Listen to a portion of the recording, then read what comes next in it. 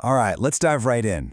Today, we're breaking down a really fascinating claim from our source material, a story about a political move so audacious it's been dubbed the Great Media Fakeout. Let's get into it.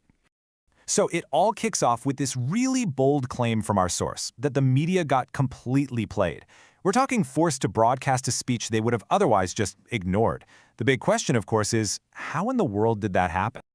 And that's the heart of what we're exploring. Was this whole rumor about a war with Venezuela just a calculated trick? A strategy to lock in primetime coverage for a totally different message? Let's unpack the narrative that our source lays out. Okay, first up, a primetime fakeout. We're unpacking this claim of a major political media maneuver.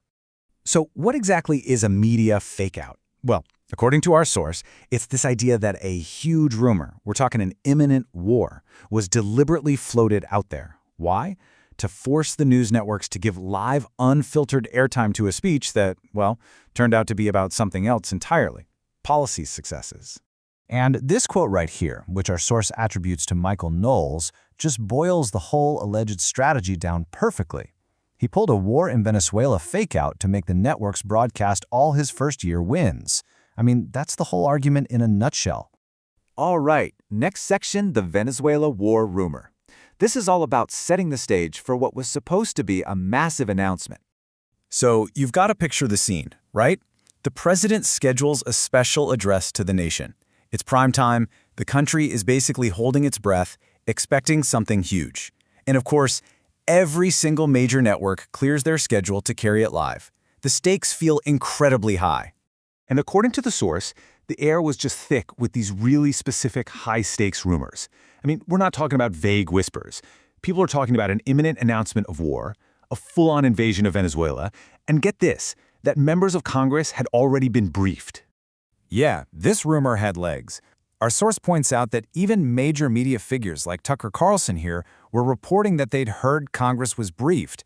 So this wasn't some fringe conspiracy theory, it was a narrative that had hit the mainstream. Big time. Okay, moving on to the real announcement. Here's the pivot, from foreign conflict to domestic policy. And this slide just lays it out so clearly. On the one hand, you have the rumor that everyone was talking about: war with Venezuela. And on the other hand, the reality of what the speech was actually about: first-year wins and policy updates. I mean, you can't get a more dramatic switch than that. And one of the big announcements in that speech was something called a warrior dividend, a payment of $1,776, a nod to 1776, of course, that was going to be sent to over 1.45 million military service members right before Christmas.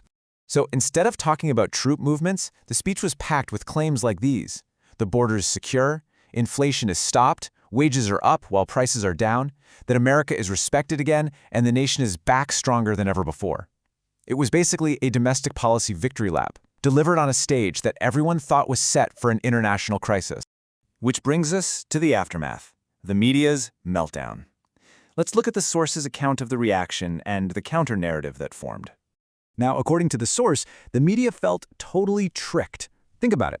They gave up their valuable primetime slot for what they thought was going to be a massive, breaking news story about a war, and instead, they ended up broadcasting a political speech that, let's be honest, they probably wouldn't have covered wall-to-wall otherwise.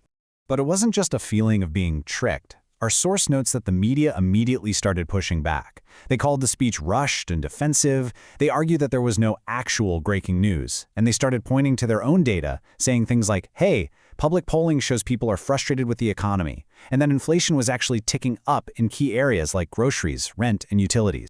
So that brings us to the data itself. Let's take a look at the economic scorecard presented in the source. Okay, so here's the table from the source material, and it specifically says this data comes from a Republican page. It compares metrics from the Trump administration to the previous one. You can see things like hotel rates and propane, which it says were up before, are now listed as down. And the source didn't stop there. It also cited other claims of falling prices. For instance, that egg prices had dropped like a rock in some parts of the country. We're talking from maybe $8 a dozen all the way down to $2. It was all meant to back up the speech's claims of an improving economy. And all of this brings us full circle, right back to the source's main point about the man behind the speech, the master manipulator. And our source really wraps up its argument with this powerful quote, again from Michael Knowles. Simply the best media manipulator ever to hold office.